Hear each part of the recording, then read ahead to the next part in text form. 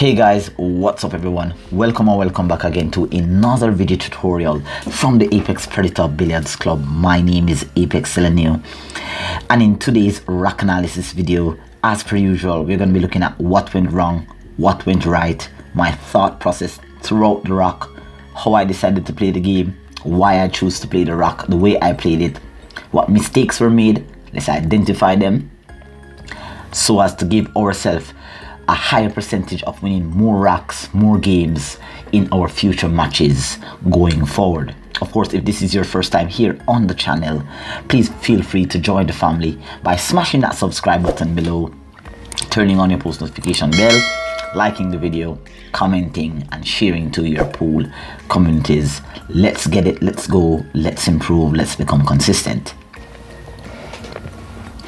So we're going to be starting off again here with the break shot. Very steady break shot there. All right, nice spread on the rack. No balls were pocketed. I don't have a easy offensive shot on the one, but a bank shot is available. Since the balls are wide open, not much cluster, this rack will heavily depend on proper positional play and of course executing clinical shots where necessary. So I'm on an important shot here in order to give the rack some life and some opportunities of running here. So I'm going after the one bank into the side. All right, I'm playing with the intention to go 3 rails to come around for the 2 that is in the left side rail here to go into the top left corner pocket. I missed the 1. Obviously could have been banking the ball a little bit too wide, maybe some unwanted side spin, which obviously threw the 1 ball to the little bit to the left of the side pocket here, missing the shot. Now I'm back to the table here. I have a straight in shot on the 1. I almost have a 3/4 of a pocket. This table is a 4-inch pocket table. The cloth is at an old stage, needs some changing, but it's still good enough to definitely do a lot of practice on. Great execution on that 1 ball there. Very clean, very smooth, very steady. Nice execution there to get position on the 2. Now, as you can see there, I'm bridging slightly. I have a bit too much angle on that aiming, and I'm assuming missing that 1 ball definitely is something that doesn't usually happen very often, but reason for missing that would have obviously been maybe because of bad aiming. Nevertheless, let's continue and see what we can do, what we can learn, how we can get better in this rack. Nice cut shot on the 2. Just using a bit of top left spin there to avoid the obstacle ball, which is the 7, or I believe it's the 8, I'm not sure, that ball right here. Or I believe it's the 4 ball, yes. So nice execution here. So now I have a shot on the 3. It's a slight back cut here. Cutting, coming around 2 rails, nicely bumping the 4. I actually wanted to come under the 4 for the 4 in the side pocket from which I'm aiming at, but a friendly bump also helps. So I have the opposite side pocket.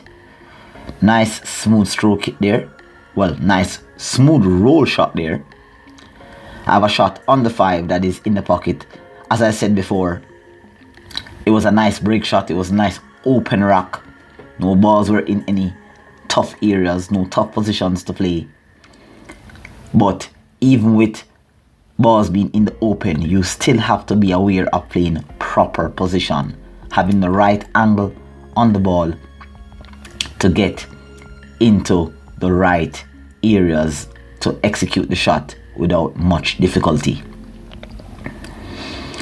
I believe I did misplay myself out of position here. I really did. I actually had a flat angle on the 5. I wanted to come onto the left side of the 6. This is over this area on the table. But I decided to go 2 rails. I have a very small area for that 6 to go in between the 7. But let's see here. I decided to play a back cut onto the 6 to come around for the 7. Once again, missing another shot during the rack.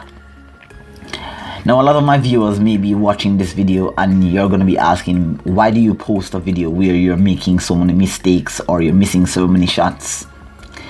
My channel is a channel and a community for developing pool players, learning from our mistakes. No one learns when they run a perfect rack or they play a perfect game. It's just that you have executed all you need to execute in order to do what you did. When I make errors like these and you're able to see that I am actually a human and I'm actually a student of the game, we learn from each other. We see what we do well, which automatically encourages us, and we see what we do wrong and look at other avenues, different ways, analyze our mistakes and improve from there. So that in the future, when you know that I'm going to be running more racks, you'll know that this is where I started from in order to get to the level where I am at. Alright? So don't worry about the mistakes that are made. It's just for me to learn from. And obviously, you can also learn from it, because I'm sure that you have also missed shots that you may not necessarily have intended on missing. Alright? So I hope that you guys are learning from my training sessions, because that's what we do here at Apex Predator Billiards. We develop, we grow, we become consistent, and we learn from our mistakes so that we can improve. Alright? So that brings us to the end of that rack there. Couple of mistakes, but nothing that is usual, nothing that is strange when it comes to any pool player. Missing is a part of the game. It's just that the more you miss is the more you will learn not to miss. Let's proceed into rack number 2, which is the final rack of this video.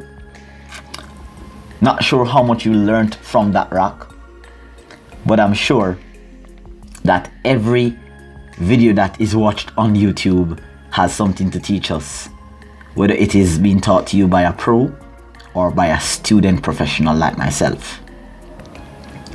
Let's continue and see what else we can do in this particular rack here to get some improvement. Once again, we're going to be starting off with the break shot. The last time we did a really good open spread. Let's see if we can get a better break on this one. Cue ball hit the 1 flush. Had a bit too much draw on the cue ball there. Was a bit lazy. This rack is definitely not evenly spread, so there are some problems that we're going to be needing to solve. We have the 2 ball that is tied up with the 3. All the other balls have open pockets, but position on those balls are going to be key. So in the first shot here, you can see where I placed the cue ball. I'm using the tangent line principle here to pocket the 1, using center ball for the cue ball to follow the tangent line to break out the 2 from the 3. Really nice shot there. Nice speed on the breakout. A lot of persons, when they're breaking balls out, they tend to smash the cue ball into the cluster, and hence perhaps breaking out the objective ball but tying up the ball that was the blocker into an even worse position. So knowing how to break out balls, knowing what side of the ball to break it out on, and of course knowing the speed of the breakout is critical when it comes to running complicated racks like what you are about to see here.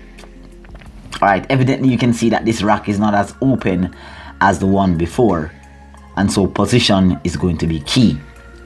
Cutting that 2 ball into the side, going 2 reels.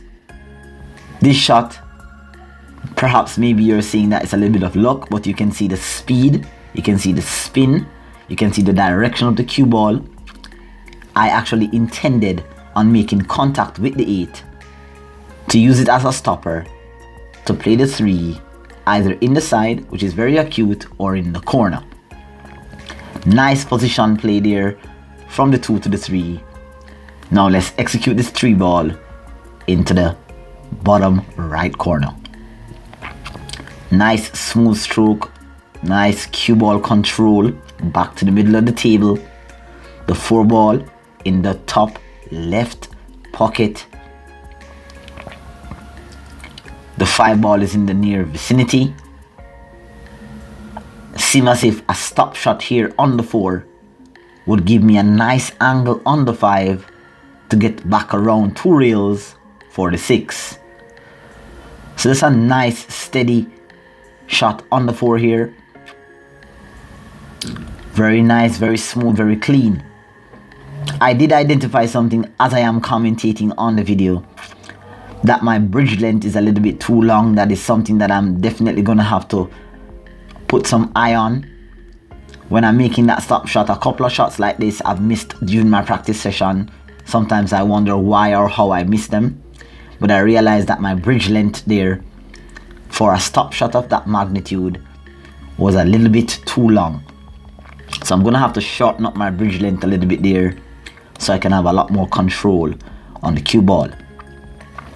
Now I have an angle on the 5, but the angle is not enough because I need a steeper angle so I can go 2 reels, maybe go just in front of the 8 or under the 8.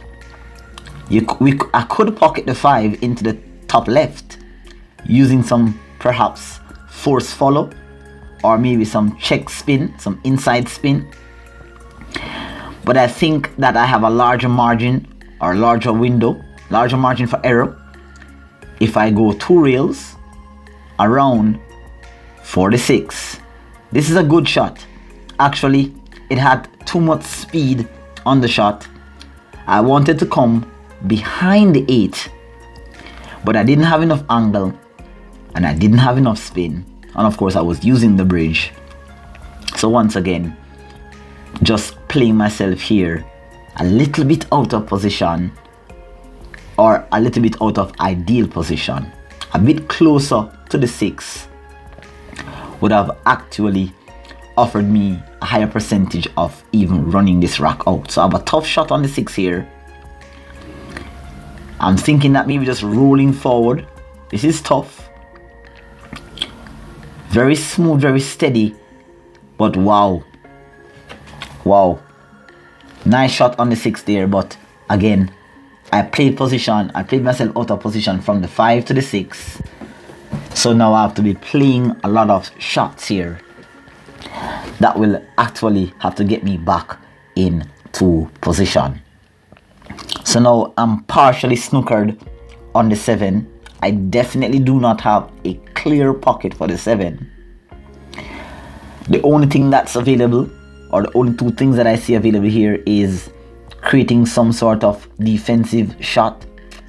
Maybe not a full ball snooker, but leaving something tough for your opponent and leaving some distance. Or it seems as if here I'm going for the cross side bank. I have enough of the 7, did my calculations. I have enough of the 7. The cue ball is tracking 2 reels towards the 8. So if I make this bank, with a little bit of lady luck, perhaps maybe get a shot on the 8. Great shot on that 7. Absolutely fantastic. After playing myself out of position, that was an excellent execution. Cross side bank on the 7. Now again, I don't have a full ball on the 8 or a full clearance on the 8. I can see a lot of I can see most of the 8 to perhaps go for the bank, but I know that to how close the cue ball will be passing the 9, I'm gonna need a little bit of spin transfer. So I'm gonna have to try to play this ball with a little bit of left spin to transfer some right spin to throw the 8 ball into the side. I've done so well so far after scratching on the break. I've done very well in getting this far in the rack after playing myself out of position. Just a little bit disappointed there. Wow, just missing the bank shot. Mentally, even though I'm in a practice session, I was broken to know that I got this far after executing 2 great shots to get myself into a chance for running this run out here. And of course, I just got a little bit here erratic, playing 2 rails, which obviously was not the proper route. I am on the 9, but I know that mentally I'm a little bit hurt by the fact that I missed that 8. This could actually be a scenario in an actual 9-ball rack, and this, I'm sure most of you can attest that this is something that happens to you all the time. Running out a complete rack, doing extremely well in the rack, playing great shots, and then for some reason just missing the last 2 balls or missing an easy shot. And as I said, the whole entire video was made for you to see a lot of the mistakes that we make during our 9-ball game. So hopefully this can help to improve and just remaining focused here. Alright, just getting a bit upset there, a bit annoyed, but like, share and subscribe. Apex Selene is signing out. Until next time in another video tutorial session with the Apex. Take care until next video. We'll see you soon. Bye bye.